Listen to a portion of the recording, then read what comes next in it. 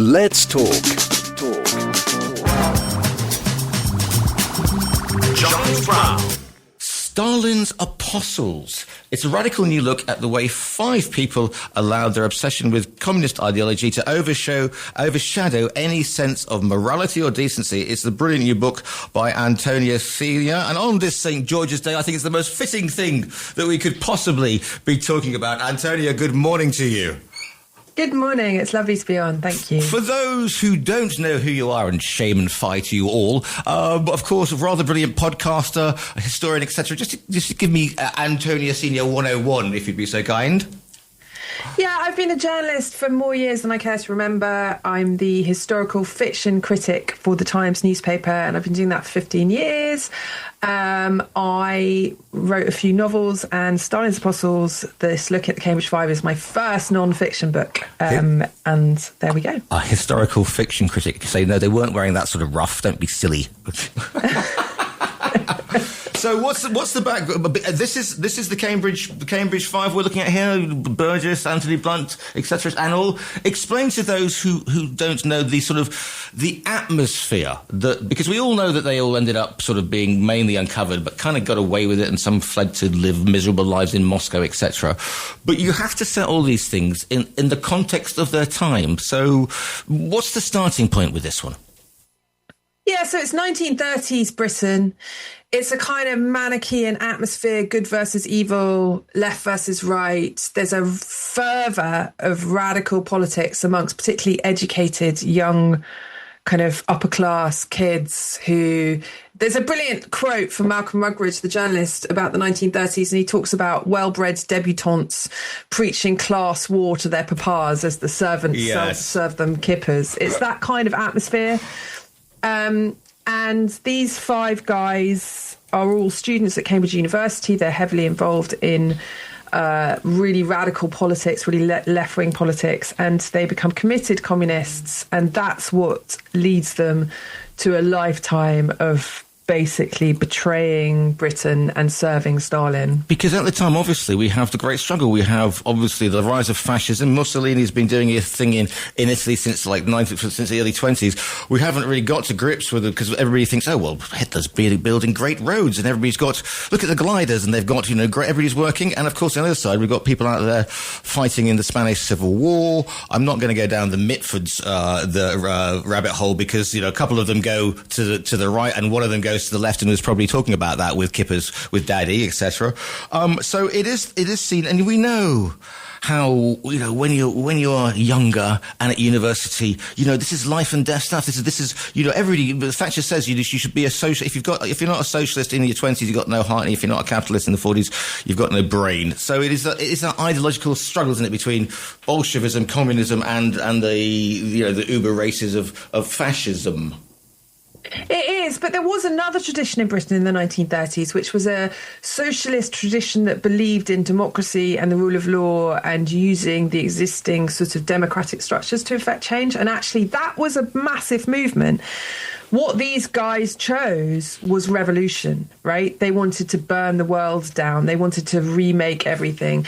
And I worked very hard in the book to make it very clear that it was much more obvious than the traditional narrative goes what Stalin was doing in the 1930s. In the 1930s, they knew about the famine, they knew about the terror, they knew about dekulakization, they knew about slavery and the gulag.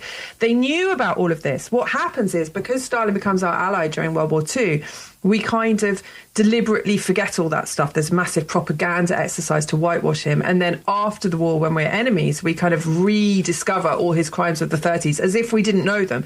But we did know them. These guys knew all about the worst excesses of Stalinism. They just chose not to care because they didn't want the facts to get in the way of their radiant vision of utopia. Is this the thing that this is they are in a gilded cage, with the greatest of respect, those fine university establishments, but they're not dockers. They're not doing the Jarrow March. They are, they can afford to look at this as an ideological struggle and poo-poo the real, the harsh realities, and they sort of feed off each other, not knowing that this will come to the attention presumably of people who are looking for well-bred young men with excellent connections for their nefarious deeds. Right. So there's a brilliant Russian. Well, actually, he's not Russian. He's Austrian, but he's working for the Russians. Called Arnold Deutsch, who's a recruiter for Soviet intelligence, and he has this idea that he's going to take advantage of this surge in kind of upper class left wingery, and he's going to find young men to have brilliant careers in the British establishment who are going to be secretly Soviet agents, and through revolutionary contacts in Austria, he finds his way to Kim Philby, and then he recruits Philby, and then Philby kind of recruits Maclean, who recruits Burgess, in a kind of chain.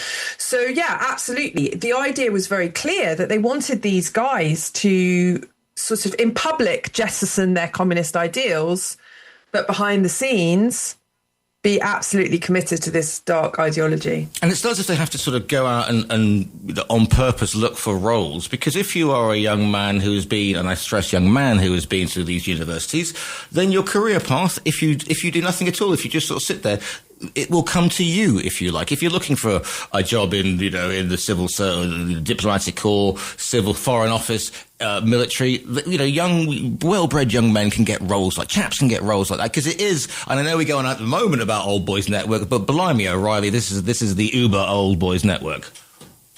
It is, although it isn't quite as linear as that. So Philby, for example, gets turned down from the British Foreign Office, and then he's adrift, and he sort of cobbles together a slightly patchwork career as a freelance journalist for a while.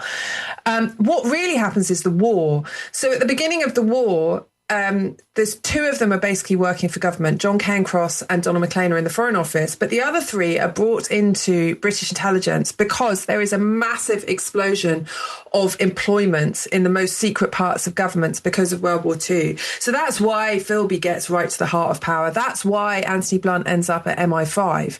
And when there's this tenfold increase in the number of men working for MI5 and MI6 at the beginning of the war, they don't do vetting. You're absolutely right. What they do is, I call it in my book, the chapocracy, right? They just look at these guys. Is he a good chap? Will he fit in at the club? Could he ever drink with my wife? I mean, these are the kind of criteria by which these guys are getting hired. The chapocracy. I love that. That I shall use that from this point onwards. So what are the two things? What are the Soviets looking for, and how are they getting this material? Because we're not going total Fleming here. We're not going small cameras and watches that can record things. How are they physically smuggling stuff out, and who are they giving it? How's it getting over the Iron Curtain? It hasn't even come down yet, but you know what I'm saying. Yeah, well, actually, sometimes there are small cameras. It's just hilariously, the Cambridge Five are quite incompetent at using them. So, they give John Cairncross and Anthony Blunt these little cameras, and they can't work them, and then the poor handlers are tearing their hair out. But broadly, there's different things at different times, but broadly what happens is these guys are in the most secret part of government. At the end of the day, they just pick up the files and they walk out of the office. They go back to wherever they're living, or to, in some cases, safe houses. The files are photocopied, not photocopied, obviously, that's too early. They're copied, they're photographed overnight. Then the files are taken back to where they belong the next morning. And the most urgent stuff is telegrammed straight to Moscow through kind of secret diplomatic channels, like using encrypted codes, whatever. And the less urgent stuff is taken overland, often kind of smuggled in, sometimes really kind of James Bond stuff, smuggled in kind of hairbrushes with the insides hollowed out, that kind of stuff. During the war, John Cairncross is at Bletchley Park, right? And how he gets stuff out of Bletchley Park is he's working as a linguist, and on the floor of the hut where he's working, there's just piles of decrypted German cipher traffic. And John Cairncross literally stoops down, picks this stuff off the floor, stuffs it down his trousers, and walks out of Bletchley Park. He goes to the train station. He gets on the train. His handler is on the train. His handler raises an eyebrow at Cairncross to say, get off the next station. They get off. Cairncross, I guess, in a dark corner, reaches down his trousers and pulls out this priceless stuff. It's unbelievable. Is that an encrypted message in your pocket, or are you just pleased to see me, etc.? Yeah? Yeah, exactly. How much of this is actually is useful to the Soviet Union in military terms? Are they bothered about them? Are they using this to get a steal on Nazi Germany, i.e., they're pushing to Berlin, or is this just to keep up what the Allies are thinking and what they're doing and developing? So both. I mean, so the argument of my book is that I wanted to turn this story from a very kind of Anglo-centric story about the establishment into thinking more clearly about what Stalin wanted from these guys and how they fitted into his broader strategic aims. So Stalin's foreign policy aim before the war, during the war, and after the war was the violent expansion of the Soviet project outside the borders of Russia. And the Cambridge Five, in all three periods, absolutely served that goal. As a sort of side quest during the war, they also served the goal of helping Stalin get access to German military intelligence. Quite a lot of that came through John Cairncross at Bletchley Park, and Philby supplied some of it as well. When Cairncross turned up at Bletchley Park, he discovered that the British were not sharing their intelligence sources with the Soviets. Now, they were sharing the intelligence, they just were pretending it came from different sources because they didn't want the Soviets to know about Bletchley Park. And they told John Cairncross on his first day there that that's because they didn't entirely trust the Soviets. Now, Cairncross in his autobiography is astonished that they don't trust the Soviets. Bear in mind, Cairncross has been a Soviet spy at this point for about 8 years. So, I mean, the staggering hypocrisy is unbelievable. So, yeah, it was mainly the overarching project, but also the German military project. But Stalin is, to say that he's notoriously paranoid is probably the the understatement I've made all week. Is he concerned about what the communist revolution, Soviet revolution in the UK, or is this a side quest and he really wants to know what on earth the states are thinking? He's not that fussed about revolution in the UK. What he wants is to push the borders of Russia out along the old Tsarist imperialist lines. He wants Poland. He wants the Baltic states. He wants to go in, cement control in Ukraine, right? Yeah. So that's what he wants. In order to do that, during the war and before the war, he's very concerned about British attitudes because Britain's the dominant power in Europe, apart from the Nazis. After the war, it becomes clear that Britain is exhausted and broke, and then American intelligence becomes also a priority. The Cambridge Five are not the only spies in town. America is riddled with them too.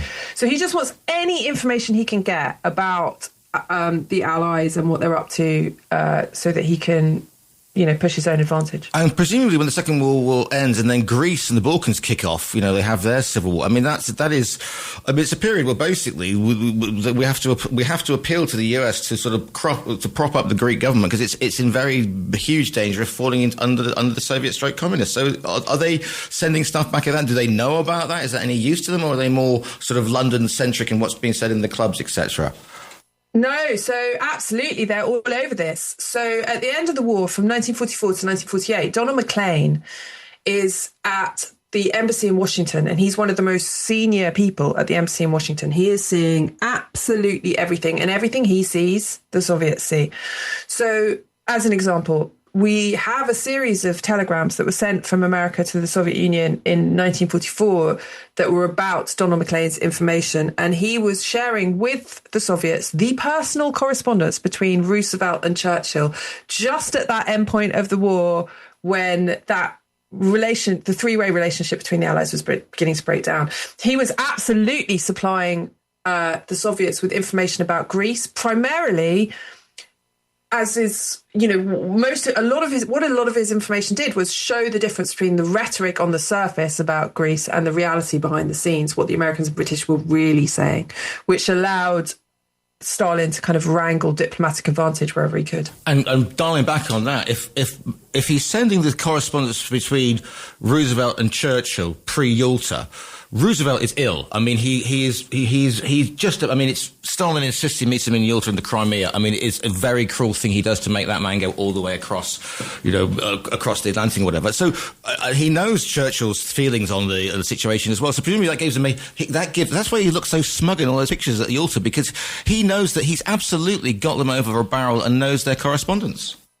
Absolutely, 100%. I mean, there's a brilliant bit. So at the Tehran conference in 1943, there is a boy charged, he's in charge of all the bugging operations for Stalin, and he is called Sergei Beria. He's the son of the Beria, right? Stalin's top secret police guy. So at Tehran, he's bugging everybody. And it's very useful, and Stalin's very involved.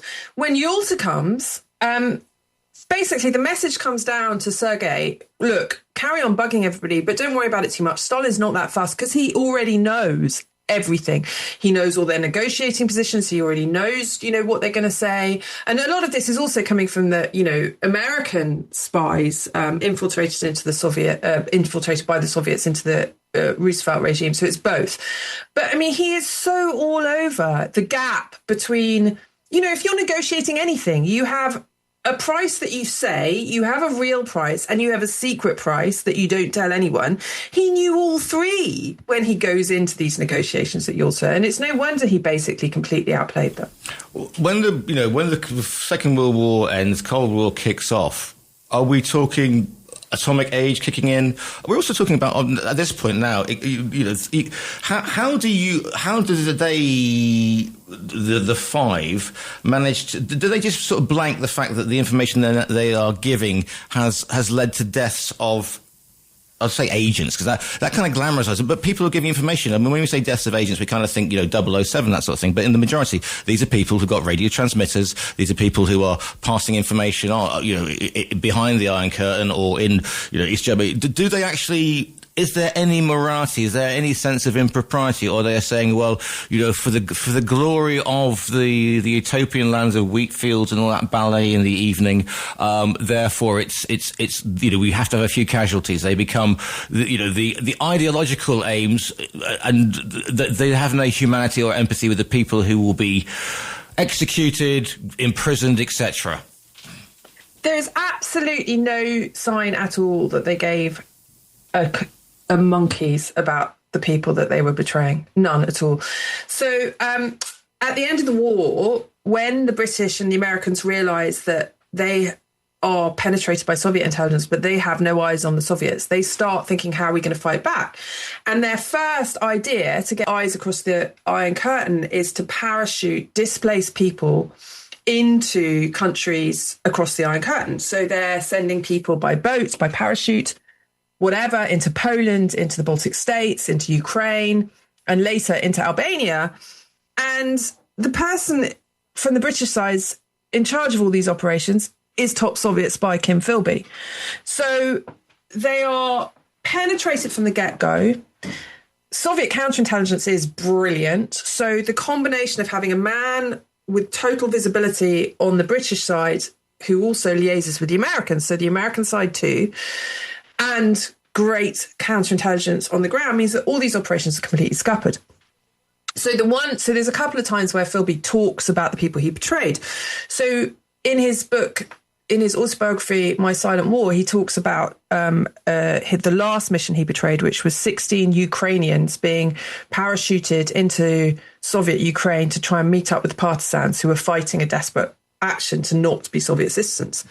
And he says, I don't know what happened to them, but I can guess, he says, in a kind of offhand kind of way. So I found the full details of that mission in the CIA files, because MI6 don't share their records, but they were writing to CIA about these missions. So I found these men that Philby had so casually sent to their deaths and had betrayed. Now, it does become slightly complicated because a lot of the people being sent by the British and the Americans came from countries that had been occupied both by the Soviets and by the Nazis, and then again by the Soviets. So a number of them were Nazi collaborators, right? This is the whole Ukrainian thing. We still get that today. I still get, when I do a phone-in show, going, oh yeah, but the Ukrainians are all Nazis because of this really difficult history. But yeah. Yeah. So this mission, 16 Ukrainians sent across the border. The problem is, how do you disentangle which of them collaborated with the Nazis and which of them didn't? And Philby couldn't know, and he didn't care, right? Anybody who isn't aggressively pro-Soviet is a fascist, right? And then if you look at the kind of records of the guys being sent over, like a couple of them are 20, they're 22, and this is 1951. So although a lot of the Ukrainian partisans who were sent by the British are drawn from a division of men who were recruited, sometimes uncomfortably, into the Waffen-SS, a number of those kids were 13, 14, 15 years old when they were made to fight for the SS. They were probably orphans. Then in 1951, nearly 10 years later, they're going home on a British plane to be parachuted in to try and free their homeland from the Soviet clasp. And they're being betrayed by Kim Philby. And also, at this point, let's not forget this, that the OAS, Alan Dulles, who is the head of what will become the CIA, is actively recruiting Nazi officers to work in the Secret Service, while Walter Raff, etc. They're all, and the whole rat line thing. The Americans are all over it. So let's not say, they're all fascists going back to fight. And again, look, so I could go. Well, I'm about to go down a rabbit hole there. Excuse me. It's complicated. Yeah, it's very complicated. It's torture stuff. Yeah. But the point is, it's really difficult to untangle, and Philby certainly couldn't untangle it. And he betrayed all of these missions. He betrayed all of these partisans.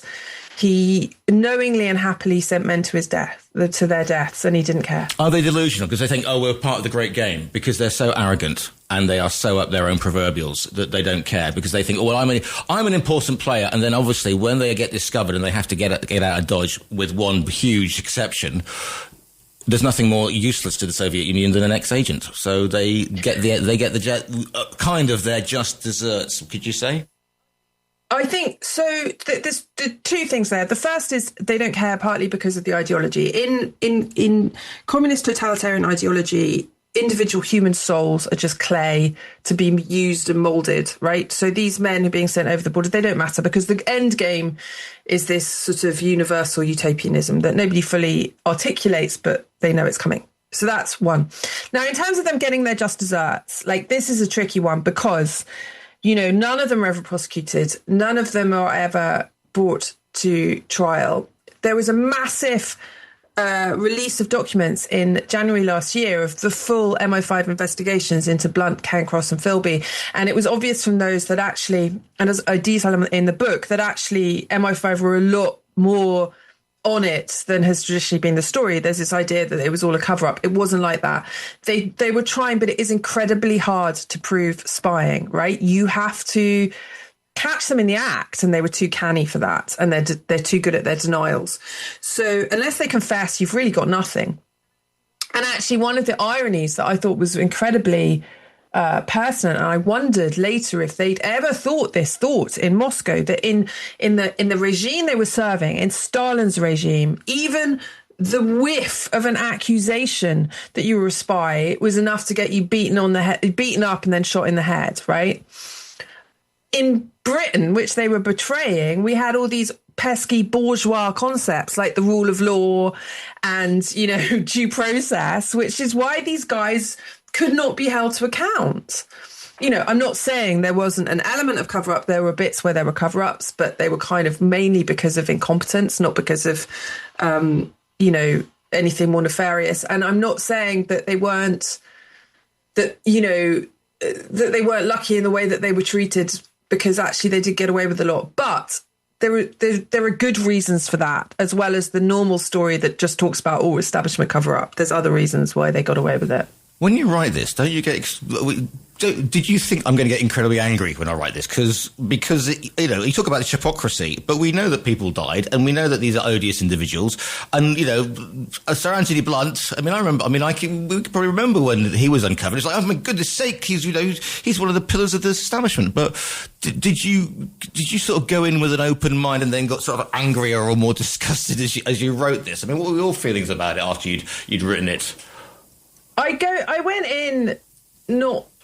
into the research not liking them very much and thinking there were lots of myths about them and being quite irritated by this kind of idea that they were glamorous rogues. I came out of the research thinking they were absolutely horrific, terrible people. And if this wasn't live radio, I'd be using very, very strong language. Yes. Yeah. No. About these guys. Yes. And I think they're awful. And just one example, which has been completely underplayed, I think, is like the way they treated their wives, right? Because a lot of the attention has been on the fact that a couple of them were gay.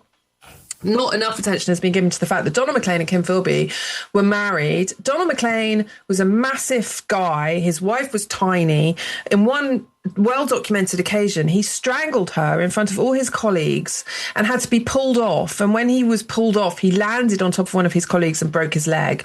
And he hit her in private too, right? And if he's doing that in public, what is he doing to that woman in private?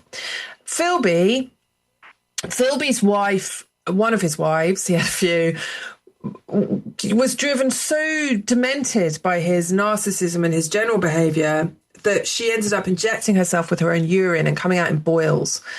And when she committed suicide, not only was Philby delighted, but her psychiatrist, who knew the ins and outs of their relationship, was so convinced that she had been murdered that he rang her GP and demanded that the GP check her body for puncture wounds, right?